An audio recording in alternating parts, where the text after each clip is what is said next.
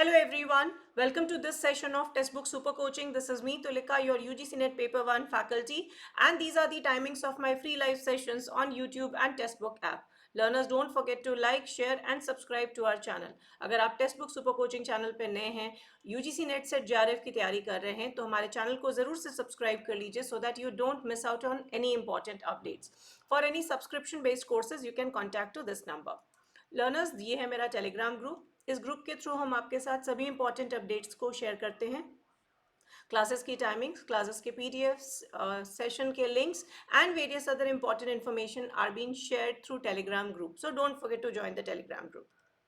Learners, this is our foundation batch 2.0, जिसमें paper 1 और paper 2 के ये सभी फैकल्टीज जिन सब्जेक्ट्स की क्लासेस ले रहे हैं, it is going on live. And ये सारी क्लासेस जो हैं 100% लाइव हैं, which you can watch later the recorded session. साथ ही साथ आपको मिलते हैं PDF notes, mock test and practice questions. So आज जो सेशन है, जो हम जिस बारे में आज बात करने जा रहे हैं, it's about new PhD regulations. So time and again PhD के कुछ रेगुलेशंस आते हैं जिसे गजेट नोटिफिकेशन के थ्रू जारी किया जाता है. जिस नोटिफिकेशन की हम बात कर रहे हैं, इसका ड्राफ्ट 2022 में बनाया गया था और 2022 में ही इसे पारित कर दिया गया था, इसे रोल आउट कर दिया गया था. बट जैसा कि आप जानते हैं कि पीएचडी हायर एजुकेशन इंस्टीट्यूशंस में, यूनिवर्सिटीज़ में कंडक्ट कराया जाने वाला कोर्स है, हाईएस्ट एकेडमिक डिग्री है. तो इसके साथ बहुत सारे इफ्स एंड बट्स हैं, बहुत सारा क्राइटेरिया और बहुत सारे थोड़े बहुत मॉडिफिकेशंस जो निकल के आए हैं, वो सारी चीज़ें हैं इस रेगुलेशन में. तो अब से गोइंग फॉरवर्ड, अब जितने भी पीएचडी के एग्जाम्स हो रहे हैं या एडमिशन्स हो रहे हैं, उनमें ये न्यू पीएचडी रेगुलेशन 2022 लागू होगा. लास्ट ईयर तक जो इससे पहले वाला रेगुलेशन था वही एग्जीक्यूट होता था. But going forward 2023 December onwards ज़्यादातर जो भी नोटिफिकेशंस आए हैं, पीएचडी एडमिशन्स हो रही हैं, उन सभी को न्यू पीएचडी रेगुलेशंस 2022 को फॉलो करना है. तो आज हम इस सेशन में जो इम्पोर्टेंट चीज़ें हैं उनको डीकोड करेंगे. क्या मतलब है इन नए रेगुलेशंस का, we are going to decode it. तो सबसे पहले बिफोर वी स्टार्ट, आपको ये भी पता होना चाहिए कि इस तरह के नोटिफिकेशन आते कैसे हैं. तो जब भी कोई रेगुलेशन आता है जिसका पहले ड्राफ्ट प्रिपेयर किया जाता है और जो बॉडी होती है, जो गवर्निंग बॉडी होती है, जब उसे अप्रूव कर देती है, तो इस नोटिफिकेशन को भारत का राजपत्र यानी कि गजेट ऑफ इंडिया में पब्लिश किया जाता है. कई बार ये ऑर्डिनरी या एक्स्ट्रा ऑर्डिनरी कैटेगरी में डाला जाता है. तो जिसकी हम बात कर रहे हैं, ये एक एक्स्ट्रा ऑर्डिनरी गजेट के फॉर्म में इसे रोल आउट किया गया था. और जैसा कि आप देख सकते हैं, इसे एक अथॉरिटी द्वारा पब्लिश किया गया था और इसकी जो डेट थी वो थी 7 नवंबर 2022. सो इसके बाद से ये अधिसूचना जारी कर दी गई है और धीरे धीरे एचईआईज जो हैं, हायर एजुकेशन इंस्टीट्यूशंस हैं, इन्हें अडाप्ट करेंगे और एग्जीक्यूट करेंगे. तो देखते हैं क्या कहता है ये यूनिवर्सिटी ग्रांट्स कमीशन का नोटिफिकेशन, जो कि 7 नवंबर 2022 का डेटेड है. इसने निर्धारित किया है minimum standards and procedures for award of PhD degree regulation 2022. तो अगर हम इस नोटिफिकेशन की नाम की बात करें, तो ये इसका नाम है कि minimum standards and procedures for award of degree, PhD degree regulation 2022. सो जैसे मैंने कहा, 2023 एंड से अब जो भी एडमिशन्स होंगी वो सब इसके अंतर्गत होंगी.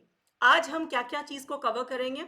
इस रेगुलेशन के अंतर्गत क्या होगी एलिजिबिलिटी, क्या होगा ड्यूरेशन, क्या होगा प्रोसेस ऑफ एडमिशन, क्या क्या मतलब होगा कोर्स वर्क का, और क्या स्कोप दिया गया है पार्ट टाइम पीएचडी का. तो सारी चीज़ों को हम बिल्कुल डिटेल में कवर करेंगे आज के इस सेशन में. तो जो यहाँ पे आपको स्क्रीन पे दिख रहा है, ये उसी गजेट की कॉपी है. मैं इसे आपको डीकोड करके बताऊंगी. जैसा कि पहला आप देख सकते हैं, eligibility criteria for PhD programme. तो पीएचडी में एडमिशन लेने के लिए क्या होगा एलिजिबल क्राइटेरिया, कौन कैंडिडेट एलिजिबल होंगे. जैसा कि आप जानते हैं कि पीएचडी हम पीजी के बाद यानी मास्टर्स कंप्लीट करने के बाद ही कर सकते हैं. तो क्या क्या कंडीशन, क्योंकि अभी आप जानते हैं बहुत जगह इंटीग्रेटेड कोर्सेज हो रहे हैं, तो एक यूनिफॉर्मिटी लाने के लिए कंडीशंस रखी गई हैं कि कैंडिडेट को इनमें से एक कंडीशन की पूर्ति करनी है, तभी वो एलिजिबल होंगे पीएचडी प्रोग्राम के लिए. पहला क्राइटेरिया है, या तो उस स्टूडेंट ने मास्टर्स डिग्री की हो, तो या तो 1 साल का मास्टर्स हो या 2 साल का मास्टर्स प्रोग्राम हो. जो कि 4 साल या 8 सेमेस्टर बैचलर प्रोग्राम के बाद किया गया हो, या एक 2 साल या 4 सेमेस्टर मास्टर डिग्री प्रोग्राम जो कि 3 साल बैचलर डिग्री प्रोग्राम के बाद किया गया हो। तो दो कंडीशन यहां निकल के आती है।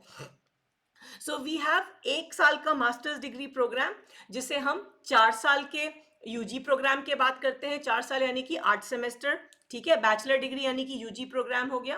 तो आप देख सकते हैं 4 year plus 1 year is 5 years, ठीक है। और ये 4 ईयर जो है ये 8 सेमेस्टर्स में कवर होता है, चूंकि 6 मंथ्स का एक सेमेस्टर होता है। एक तो ये क्राइटेरिया हो गया। दूसरा क्राइटेरिया हो गया कि अगर उनकी मास्टर्स डिग्री 2 साल की है, यानी 2 साल यानी कि 4 सेमेस्टर, तो उन्होंने 2+5 के हिसाब से उन्होंने ग्रेजुएशन और पोस्ट ग्रेजुएशन किया हो। दिस इज 1+4, ठीक है। तो नियम अनुसार पीजी और यूजी ये आपने इधर ऑफ दीज टू कंडीशन में अगर कंप्लीट किया है तो आप एलिजिबल हैं। अब आपने जब भी ये अपनी डिग्री कंप्लीट की है तो उसमें आपके कुछ मार्क्स होंगे। उस मार्क्स का क्राइटेरिया जो रखा गया है वो अग्रीग्रेट यानी मिला जुला के 55% होने चाहिए, जो भी आपने इनमें से सिस्टम को फॉलो किया है। अगर हम उसको फर्दर कन्वर्ट भी करें, किसी भी फॉर्म में कन्वर्ट करें, तो वो 55% के ब्रैकेट में आना चाहिए। अगेन यूजीसी ने यहाँ पे भी एक रिलैक्सेशन दिया है। कई बार ऐसा होता है कि स्टूडेंट्स के कुछ परसेंटेज कम हो जाते हैं, किसी भी कारणवश अगर मार्क्स कम हो जाते हैं तो 5% का दिया गया है रिलैक्सेशन। और ये रिलैक्सेशन दिया गया है SC, ST, OBC, differently abled, EWS यानी कि economically weaker section and other categories of candidates as per the decision of commission from time to time. तो जो स्टैंडर्ड क्राइटेरिया रहता है रिजर्वेशन का, चाहे हम SC, ST, OBC, EWS को देते हैं, वो 5% का यहाँ पे रिलैक्सेशन दिया गया है, या अगर हम कहते हैं weaker sections of the society को जो दिया जाता है वो 5% का वो दिया गया relaxation. Otherwise it has to be 55%। इन दोनों में से कोई एक रूल होना चाहिए, पहला कंडीशन। दूसरी कंडीशन, बहुत स्टूडेंट्स अभी भी ऐसे हैं जिन्होंने पहले एमफिल कर रखी है। तो अगर उन्होंने एमफिल कर रखी है, ये भी आपने ध्यान रखना है, इसके बाद एमफिल वैलिड नहीं है, बट अभी तक की एमफिल को इनवैलिड नहीं कहा गया है, ठीक है। तो इसमें भी चीजों को समझिए। कोई भी अगर स्टूडेंट आप लोग में से अगर एमफिल किए हुए तो ये मत समझिएगा कि एमफिल की डिग्री आपकी वेस्ट हो गई, नहीं। अगर आपने एमफिल प्रोग्राम किया हुआ है, उसमें भी आपके 55% मार्क्स है, तो भी आप एलिजिबल होंगे for admission to PhD programme, ठीक है। तो ये बहुत जरूरी है कि आपने जो एमफिल किया है वो किसी रिकॉग्नाइज्ड यूनिवर्सिटी से किया है, किसी ऐसे एजुकेशनल इंस्टीट्यूशन से किया है जहां पे सारी बेसिक क्राइटेरिया फुलफिल की गई है। अगेन सेम कंडीशन, अगर आपने एमफिल किया और उसमें आपके 55% मार्क्स नहीं है तो 5% आपको मिलते हैं। अगेन ये जो कैटेगरी है हमारी रिजर्वेशन की, उसे यहाँ पे भी फॉलो किया गया। तो SC, ST, OBC, EWS और other weaker sections of the society जो कि commission time to time consider करता है। Next we'll talk about duration of the programme. तो अभी हमने बात किया कि कौन इसे कर सकता है, क्राइटेरिया, इसका जो बेसिक क्राइटेरिया है वो कौन कर सकता है। Next is duration of the programme. तो PhD आप लोग को पता है कम से कम 3 साल का एक प्रोग्राम है, ठीक है, जिसमें कोर्स वर्क इंक्लूडेड है ना। कोर्स वर्क जो है वो कई जगह 6 मंथ्स का होता है, कई जगह 1 ईयर का होता है, ठीक है। सो आइडियली आप मिला लीजिए कि कोर्स वर्क को इंक्लूड करते हुए PhD प्रोग्राम जो है कम से कम 3 साल का होगा और ज्यादा से ज्यादा 6 साल का होगा, जिस डेट पे आपने PhD प्रोग्राम में एडमिशन ली है। यहाँ पे आपकी, हम उसकी बात नहीं कर रहे, रजिस्ट्रेशन की बात नहीं कर रहे, हम यहाँ पे एडमिशन की बात कर रहे हैं। तो मान लीजिए 1 जनवरी 2024 में आपने अगर एडमिशन ली है तो 1 जनवरी 2030 तक मैक्सिमम, यानी जिस डेट पे एडमिशन ली गई है उस डेट के 6 ईयर्स तक आपको अपना कोर्स कंप्लीट करना होगा। दूसरा कंडीशन, क्या इसमें और फ्लेक्सिबिलिटी का क्या एलिमेंट दिया गया है? मैक्सिमम 2 साल का एक्सटेंशन दिया जाएगा री रजिस्ट्रेशन के आधार पर, जिसके ऊपर बहुत सारी कंडीशन रहेगी अपनी PhD को कंप्लीट करने के लिए। और उस केस में 8 साल से ज्यादा आपका ड्यूरेशन कोर्स का नहीं होना चाहिए, यानी कि कुछ कंडीशंस में आपको 2 साल का एक्सटेंशन मिल सकता है। इस 2 साल के एक्सटेंशन में आपको क्या करना होगा? री रजिस्ट्रेशन कराना होगा, ठीक है। और ये जो री रजिस्ट्रेशन होगा ये ऑर्डिनेंस को फॉलो करेगा। और अगर कमिटी को लगता है कि आपको PhD करने के लिए थोड़ा और समय चाहिए तो जो हायर एजुकेशनल इंस्टीट्यूशन आपकी, जो भी यूनिवर्सिटी है, उसे इस बात पे अग्री करना होगा कि इन्हें 2 साल का और समय दिया जाए, प्रोवाइडेड वो री रजिस्ट्रेशन करेंगे। तो उस केस में आप मैक्सिमम इसे 8 ईयर्स तक एक्सटेंड कर सकते हैं from the date of admission. Next, कुछ यहाँ पे अगेन रिलैक्सेशन की बात कही गई है। जो फीमेल पीएचडी स्कॉलर्स हैं या जो पर्सन विद डिसेबिलिटी है, जिनकी 40% से ज्यादा डिसेबिलिटी है, उनको फर्दर 2 साल का और एक्सटेंशन मिलेगा। और ये सभी चीजें मिला के, इन सभी चीजों को, कंडीशंस को मिला के, किसी भी कंडीशन में 10 साल से ज्यादा एक पीएचडी की डिग्री नहीं जाएगी। तो मिला जुला के 10 years from the date of admission in PhD programme is the maximum time limit given for completion of PhD. तो कम से कम is 3 years और with certain conditions it is 10 साल। साथ ही साथ जितनी भी फीमेल पीएचडी स्कॉलर्स हैं, इन्हें मटर्निटी लीव या चाइल्ड केयर लीव दी जाएगी और वो अपने पूरे पीएचडी के ड्यूरेशन में, चाहे वो 3 साल का हो, 6 साल का हो, 10 साल का हो, पूरे पीरियड ड्यूरेशन में वो 240 डेज का लीव अवेल कर सकती हैं। तो ये था हमारा ड्यूरेशन ऑफ पीएचडी। अब प्रोसेस क्या होगा एडमिशन का, सबसे इंपॉर्टेंट, किस तरह से हम एडमिशन लेंगे। तो इसके लिए काफ़ी फ्लेक्सिबिलिटी रखी है यूजीसी ने।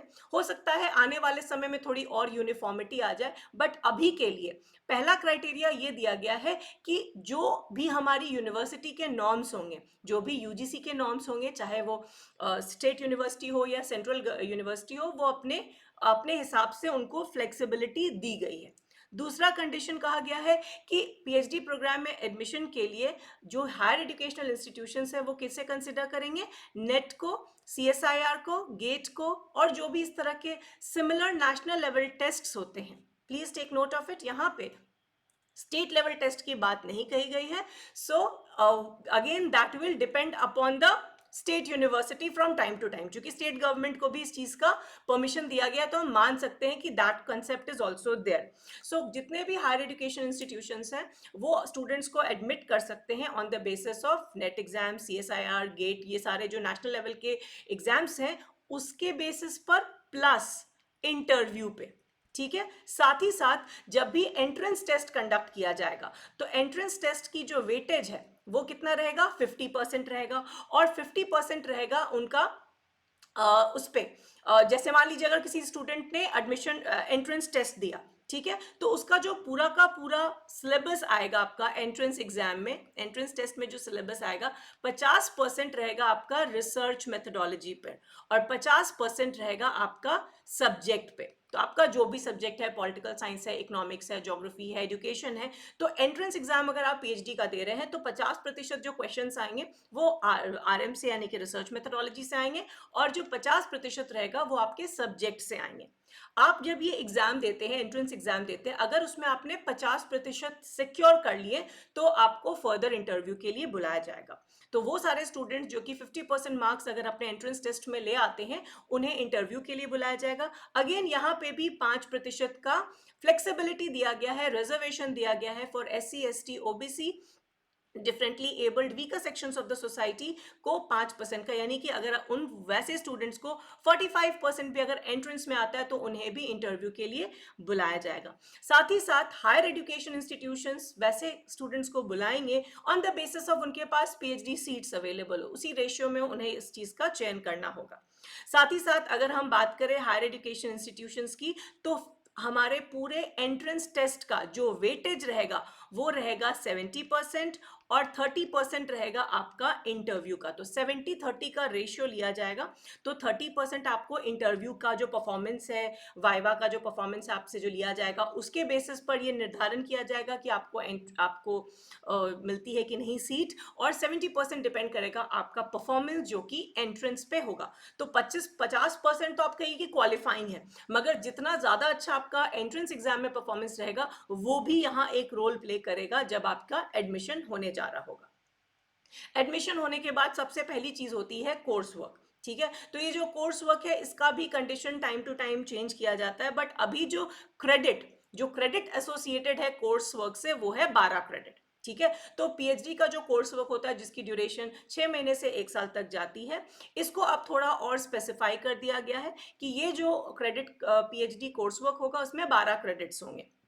और इसको मेंशन किया गया है, नोट डाउन कर लीजिएगा, ये एग्जाम में पूछा भी गया था, रिसर्च एंड पब्लिकेशन एथिक्स के अकॉर्डिंगली ये चीज को नोटिफाई की गई है। ठीक है, और इस कोर्स वर्क के दौरान आपको पूरा रिसर्च मेथोडोलॉजी का कोर्स पढ़ाया जाता है। आप चाहे किसी भी डिसिप्लिन के हो, इररिस्पेक्टिव ऑफ द डिसिप्लिन, जितने भी पीएचडी स्कॉलर्स हैं उन सभी को इस कोर्स वर्क के दौरान पेडागोजी में किस तरह से आपको लिखने का स्किल्स आना चाहिए, पेपर लिखने का स्किल्स आना चाहिए, ये सभी पर भी थ्रस्ट दिया गया है इस रेगुलेशन के अकॉर्डिंग। और कम से कम 4 से 6 घंटे का आपको टीचिंग या रिसर्च अप्रेंटिसशिप या असिस्टेंटशिप भी करना होगा, चाहे आप पढ़ाएं कॉलेजेस में या लेबोरेटरी वर्क करें या इवैल्यूएशंस में पार्टिसिपेट करें। तो इसको भी 4 to 6 आवर्स पर वीक आपको देना होगा टीचिंग या रिसर्च से रिलेटेड एक्टिविटी में। तो ये इवेंचुअली जाके ये सारी एक्टिविटीज 12 क्रेडिट में कलेक्ट करेंगे। और साथ ही साथ जब आपका ये कोर्स वर्क कंप्लीट होता है तो यहाँ पे भी इसको क्लियर करने के लिए कम से कम 55% मार्क्स चाहिए आपको, ताकि आप इस प्रोग्राम को आगे परस्यू कर सके, आगे अपने थीसिस पे काम कर सके। ये नहीं होने के, अगर किसी कंडीशन से ये नहीं हो पाता है तो ये एग्जाम आपको दोबारा देना पड़ सकता है, बट 55% जो है वो मिनिमम क्राइटेरिया रखा गया है। Another very important thing in this notification is about part-time PhD, जो कि इस साल से एग्जीक्यूट की जा रही है। लास्ट ईयर भी काफ़ी यूनिवर्सिटीज़ ने शुरू कर दिया था। सो पीएचडी प्रोग्राम्स पहले पार्ट टाइम मोड पे परमिसेबल नहीं थे। अब यूजीसी ने इस रेगुलेशन 2022 के रेगुलेशन के थ्रू पार्ट टाइम मोड को परमिट कर दिया गया है, प्रोवाइडेड ये सारी कंडीशन फुलफिल होनी चाहिए। तो ये समझिए कि आप ऐसे ही पार्ट टाइम मोड में पीएचडी नहीं कर सकते हैं, आपको कहीं ना कहीं कार्यरत होना चाहिए, कहीं ना कहीं वर्किंग। और कहाँ वर्किंग होना चाहिए? आइडली इन अ कॉलेज और अ यूनिवर्सिटी। सिमिलर लाइंस पे आप किसी और तरह का काम करके पीएचडी पार्ट टाइम मोड में नहीं कर सकते हैं। तो आप जिस भी हायर एजुकेशन इंस्टीट्यूशन में मान लीजिए as an assistant professor after clearing NET आप काम कर रहे हैं और आप फर्दर पीएचडी करना चाहते हैं, तो उस कॉलेज या यूनिवर्सिटी से आपको एनओसी यानी कि नो ऑब्जेक्शन सर्टिफिकेट लेना होगा। और इस बात की वो इंस्टीट्यूशन इस बात को साइन करेंगे कि आपको परमिशन दी जा रही है for doing part time PhD programme. तो ये आपको ऑथराइज करना होगा और ये कैंडिडेट को परमिशन दी जाएगी कि आप पार्ट टाइम बेसिस पे अपना पीएचडी कर सकते हैं। और आपकी जो ऑफिशियल ड्यूटी है वो आपको टाइम सफिशिएंट टाइम मिलेगा आपको, उससे आप मैनेज कर लेंगे कि आप रिसर्च वर्क कर सकें। और अगर ज़रूरत पड़ेगी तो आपको कोर्स वर्क के लिए, तो ये ध्यान रखना है कोर्स वर्क में आपको एक्टिव रहना पड़ेगा, तो कोर्स वर्क के लिए आपको थोड़ा रिलैक्सेशन दे दिया जाएगा। बट किसी भी केस में पीएचडी प्रोग्राम जो है डिस्टेंस या ऑनलाइन मोड में कंडक्ट नहीं की जाएगी। तो ये उन्हीं कैंडिडेट्स के लिए संभव है जो फिजिकल मोड में अपना जॉब भी कर रहे हैं, साथ साथ अपने यूनिवर्सिटीज़ में भी टाइम एंड अगेन प्रेजेंट रह रहे हैं और जाके वहाँ पे अपना कोर्स वर्क कंप्लीट करके फिर टाइम एंड अगेन जैसे जैसे रिक्वायरमेंट होगी अपने गाइड से, मेंटोर से, डिपार्टमेंट से कनेक्ट करके अपनी पीएचडी थीसिस को कंटिन्यू कर सक रहे हैं। So learners, are foundation batch 2.0 is already going on, जिसमें आपको पेपर 1 और पेपर 2 के ये सभी सब्जेक्ट्स प्रोवाइड किए जाते हैं। क्लासेस 100% लाइव है, जिसे आप बाद में रिकॉर्डेड भी देख सकते हैं। Mock test, practice test are available, जो आपकी पूरी तरह से तैयारी करा देता है अपकमिंग एग्जाम्स की। So I hope this piece of information was useful for you. वो सारे स्टूडेंट्स जो पीएचडी की तैयारी कर रहे हैं, इन सभी बातों का ध्यान रखिए। Keeping that in mind, apply to universities. In case of any doubts, do let me know in the comments. अगर आपको कोई भी डाउट है आप मेरे साथ अल्टरनेटिवली मेरे टेलीग्राम चैनल पे भी कनेक्ट कर सकते हैं। Thanks for watching, bye bye.